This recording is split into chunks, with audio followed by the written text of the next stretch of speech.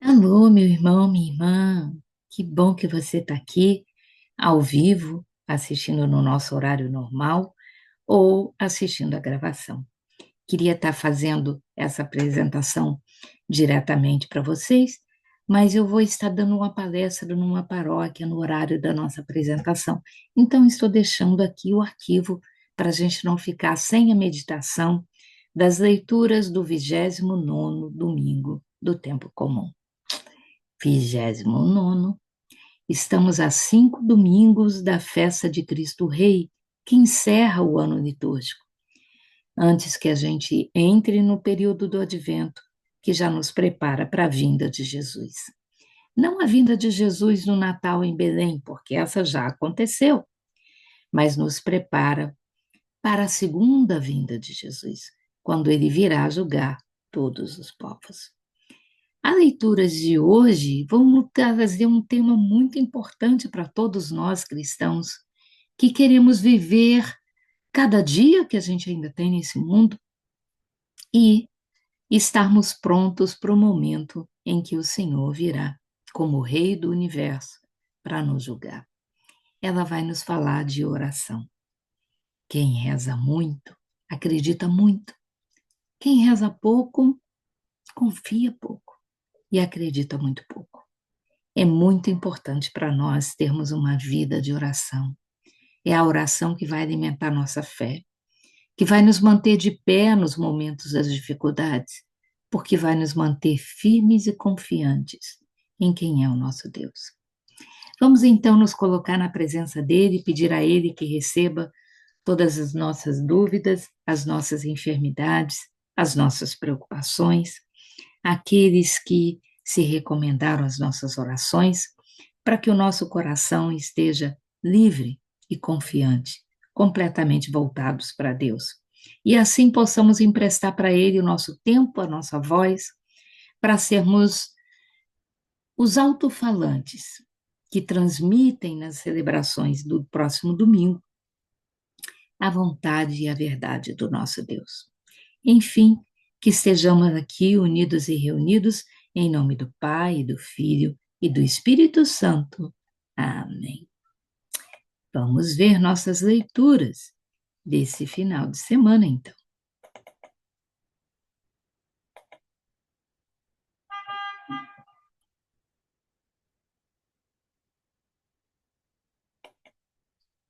A primeira leitura é tirada do livro do Êxodo e diz assim: Naqueles dias, os amalecitas vieram atacar Israel em Rafidim. Moisés disse a Josué: Escolhe alguns homens e vai combater contra os amalecitas.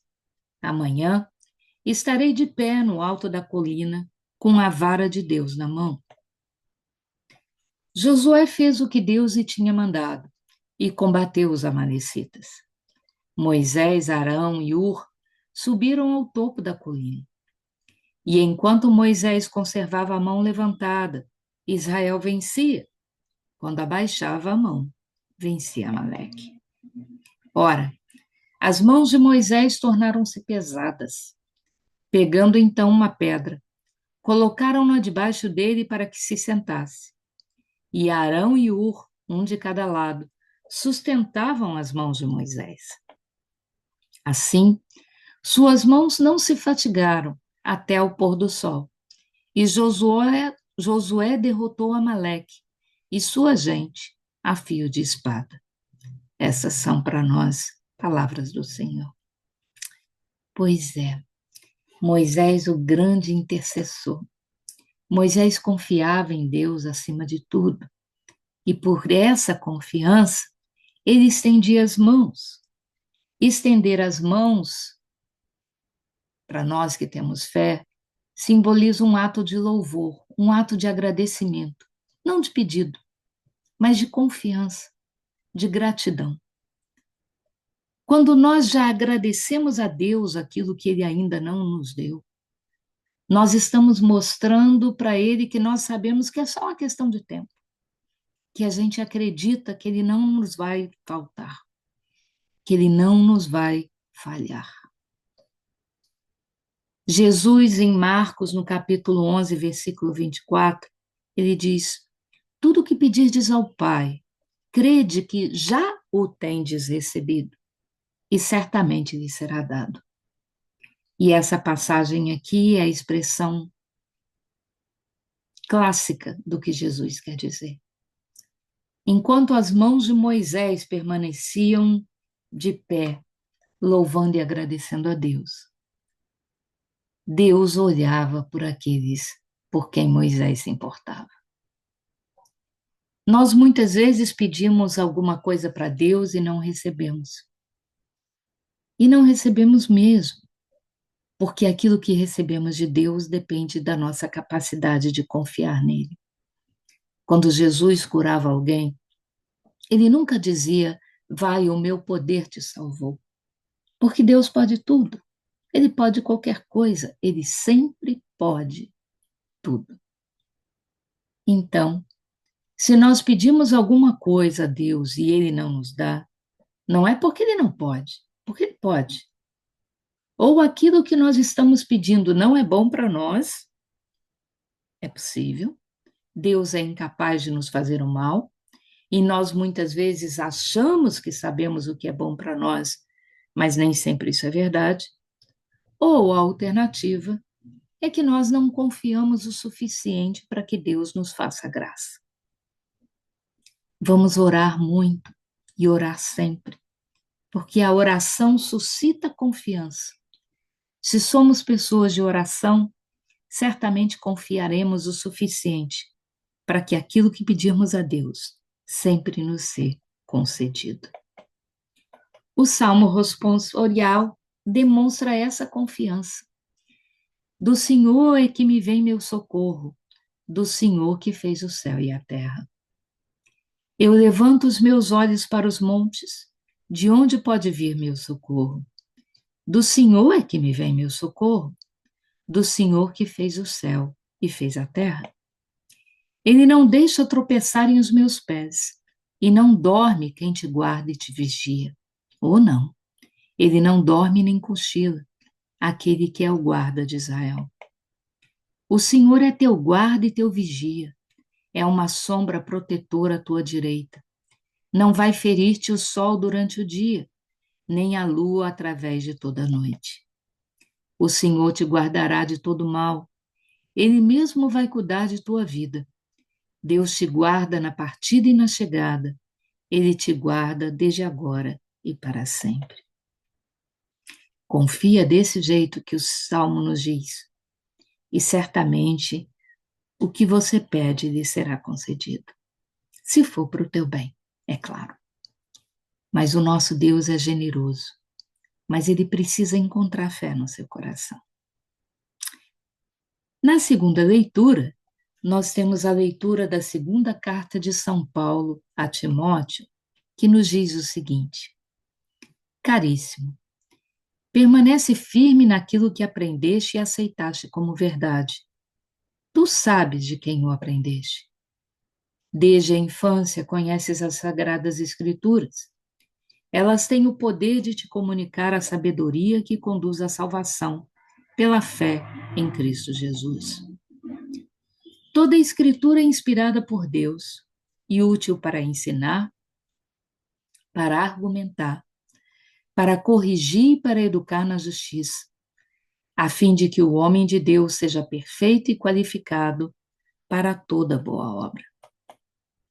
Diante de Deus e de Cristo Jesus, que há de vir a julgar os vivos e os mortos, e em virtude da sua manifestação gloriosa e de seu reino, eu te peço com insistência, proclama a palavra, insiste oportuna e inoportunamente, argumenta, repreende, aconselha, com toda paciência e doutrina. Palavra do Senhor, graças a Deus. São Paulo aqui está orientando o seu pupilo Timóteo, jovem ainda, que se tornou tão importante bispo da igreja. E Paulo está dizendo para ele que ele precisa manter a sua fé. E que um dos instrumentos para manter a fé é a palavra de Deus. É também a palavra de Deus que a igreja nos recomenda como instrumento dessa oração que desperta a nossa fé. A Constituição Dei Verbum diz-se que se nós, quando rezamos, falamos com Deus, quando meditamos a palavra de Deus, nós escutamos a resposta. Para a nossa oração ser uma conversa e não apenas uma recitação de todos os pedidos que a gente tem para Deus, é muito importante que a palavra de Deus faça parte da nossa oração. A palavra de Deus nos desperta a fé, nos mantém firmes nessa fé, nos educa nessa fé. E deve ser por nós conhecida, meditada e proclamada, como instrumento não só para preservar a nossa fé, mas para despertar a fé no coração daqueles para quem a gente vai anunciar o Evangelho. Então, tenha a palavra de Deus muito perto de você. Nela está a verdade. Conhecereis a verdade e a verdade vos libertará, nos diz Jesus Cristo.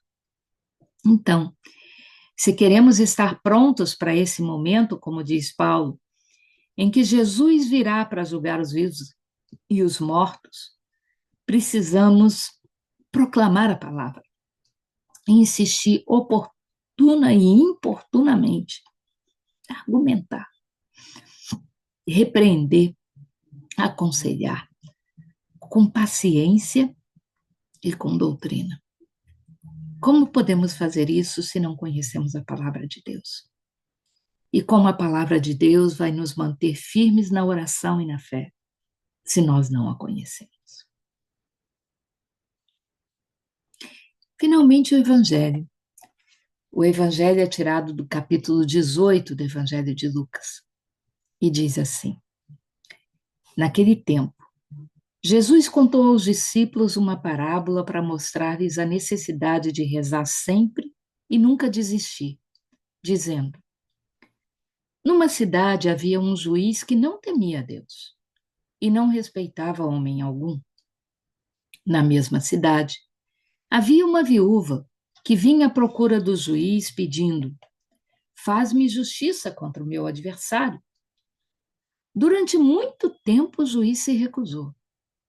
Por fim, ele pensou: eu não temo a Deus e não respeito homem algum, mas esta viúva já está me aborrecendo.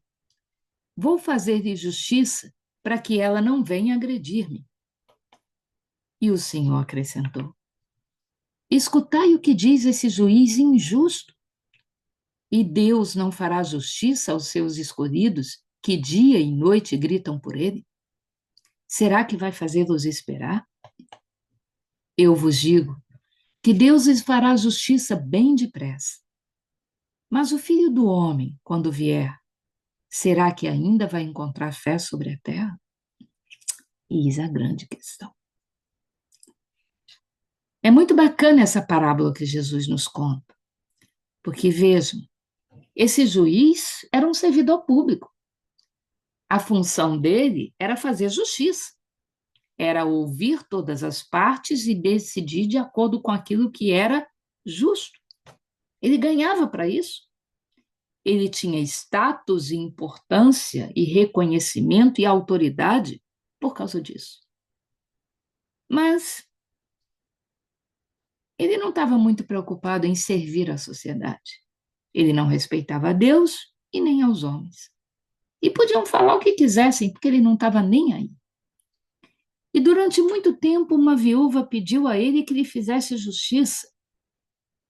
E esse juiz sempre tinha recusado. Mas como ela insistia e não desistia diante do não dele, ele pensou consigo: essa viúva está me aborrecendo. Eu vou fazer justiça a ela para ela me deixar em paz. E fez. Não porque era justo que ele fizesse, mas para se livrar dela. Se os homens, sendo maus e injustos, ainda assim são capazes de fazer o certo, mesmo que por motivos errados, você tem alguma dúvida de que Deus, que quer ser justo e que quer fazer justiça, não vai atender o pedido daquele que com fé o pedir? Certamente que sim. Se nós que somos maus sabemos dar boas coisas aos nossos filhos, muito mais Deus, que é apaixonado por nós, nos quer ver felizes, nos quer ver em paz, nos quer ver bem atendidos. Deus não vai fazer esperar. Aquele que pedir com fé, confiantemente, com a mesma insistência dessa viúva. Deus às vezes não nos dá imediatamente o que a gente pede porque Ele quer testar a nossa fé. Até que ponto a gente confia? Abraão esperou 25 anos pela promessa de Deus de ter um filho. Mas se você perguntar para Abraão, cada um desses 25 anos valeram a pena, porque ele recebeu Isaac. Muitas vezes Deus precisa de tempo para realizar a graça na nossa vida, porque às vezes essa graça depende do sim de outras pessoas. E Deus não pode forçá-las a dizer sim só para te fazer feliz. Mas até mesmo para isso tem solução. Se Deus batia na porta da casa do coração dessas pessoas a cada meia hora, por causa da tua oração, Ele passa a bater de 10 em 10 minutos, de 5 em 5, de 2 em 2, de 1 em 1. Insistentemente, oportuna e importunamente, até que esse alguém abra a porta e dê uma chance para Deus. E com essa chance, Deus tem a oportunidade de fazer o bem que você precisa. Mas para isso, meu irmão, minha irmã, você precisa pedir com fé. Mas será que ainda tem fé nesse mundo? Jesus nos garantiu que se tivéssemos fé, poderíamos mover montanhas. Será que ainda existe fé no mundo? Cada um de nós tem que se fazer essa pergunta. Eu estou pedindo e não estou recebendo. É porque Deus não pode? Não. Será que eu não estou confiando? Provavelmente. Deus precisa encontrar fé nesse mundo. Então renove a sua fé pela oração, pela meditação da palavra de Deus, pela busca dos sacramentos. Seja uma pessoa de fé e a justiça de Deus não tarda na sua vida. Amém? Que o Senhor nos abençoe e nos guarde, que Ele volte para nós o seu rosto e se compadeça de nós, que Ele nos mostre a sua face e nos dê a sua paz. É o que pedimos em nome do Pai e do Filho e do Espírito Santo. Fique com Deus.